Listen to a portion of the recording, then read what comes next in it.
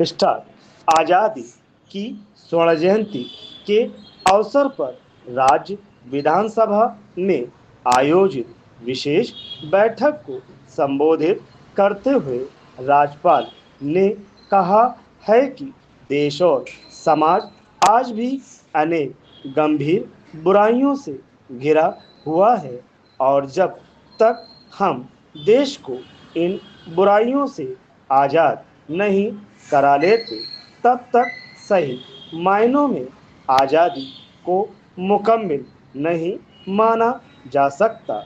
उन्होंने गरीबी, जहालत, असमानता, भ्रष्टाचार और फिरका परस्ती से लड़ने का जिक्र करते हुए कहा कि इन बुराइयों से आज़ादी ख्वाहिश और बातें करने से नहीं मिलेगी।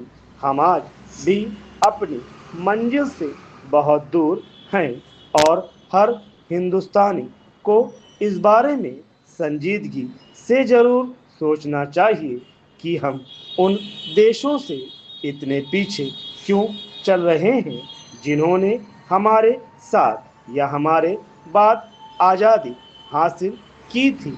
आज भी देश के करीब आधी आबादी अनपढ़ है, एक तिहाई आबादी गरीबी की सतह से नीचे जी रही है और करोड़ों बच्चे प्राइमरी शिक्षा से भी महरूम हैं और बदकिस्मती से कुछ गंभीर बुराइयां हमारे मुल्क में घर किए हुए हैं।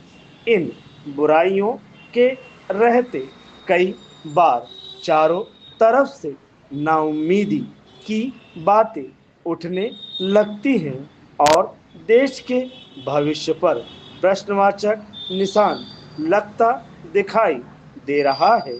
श्री कुरैशी ने कहा कि ऐसे में हमें निराशा से नहीं बल्कि हिम्मत और हौसले से काम लेना चाहिए। हर देश के इतिहास में ऐसे चुनौती भरे मोड़ आते हैं। हम इससे कहीं बड़ी चुनौतियों पर विजय पा चुके हैं और हम इस दौर की परीक्षा में भी जरूर सफल होंगे। राज्यपाल ने कहा कि इस पवित्र बेला में आज हम सब मिलकर यह संकल्प करें कि हम खुदगर्जी, फिरका परस्ती और हर तरह से तंग नजरिए से ऊपर उठकर अपनी तदबीर से ऐसा भारत रचेंगे जो भाईचारे, समाजी इंसाफ, आर्थिक तरक्की और इंसानी तहजीब की एक सुनहरी मिसाल होगा। Paragraph change. आज का दिन हमारी सभ्यता के पुनर्जागरण का दिन है। आज जब ऐसे मुबारक दिन के 50 साल पूरे हो रहे हैं, हम इसका जितना भी उत्सव मनाएं कम है।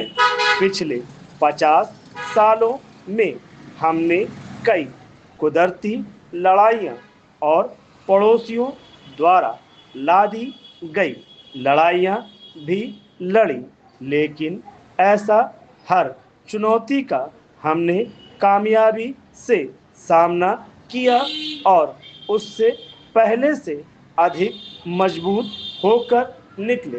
Paragraph change. एक अवसर पर विधानसभा अध्यक्ष श्रीनिवास तिवारी ने कृतज्ञता व्यक्त करते हुए कहा कि स्वतंत्रता का अर्थ केवल विदेशी सत्ता को हटाना ही नहीं होता, अपितु स्वराज भी स्थापित करना होता है। आज़ादी का लाभ सबको मिल सके, हमें यह भी सुनिश्चित करना चाहिए। उन्होंने कहा कि लोकतंत्र में जनप्रतिनिधि का उत्तरदायित्व सामाजिक चेतना को विकसित करना होता है, न कि उसकी भावनाओं को उभारना। एक जनप्रतिनिधि अपने क्षेत्र और प्रदेश की समस्याओं से सदन को अवगत करवाते हैं ताकि उनका समाधान निकल सके। यह प्रणाली तभी सफल और सुदृढ़ हो सकती है जब हम संयम और अनुशासन के साथ संसदीय लोकतंत्र की गरिमा और मर्यादा को ध्यान में रखकर आचरण और व्यवहार करेंगे।